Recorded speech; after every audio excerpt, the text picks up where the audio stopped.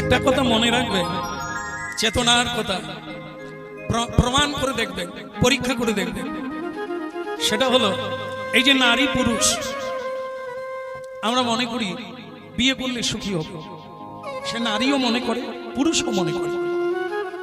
কিন্তু নিজেদের বুকে হাত দিয়ে বলুন তো, আপনি কি সুখী হয়েছেন? স্ত্রী তো আছে, স্বামী তো আছে, কেন এত দ্বন্দ্ব, কেন এত দুঃখ? একে অপরকে জড়িয়ে ধরলে যদি সুখ হয়, তাহলে সুখী হলেন না কেন? কে? এগুলো ভাববার বিষয়। এই জন্য হরিনাম, হরিনাম যাত্রা নয়, মজা করার বিষয় না, নাচার বিষয় না, হ্যাঁ, ডিজে বাজিয়ে নাচানো, ভাববার বিষয়, হ্যাঁ, আর চিন্তার বিষয়।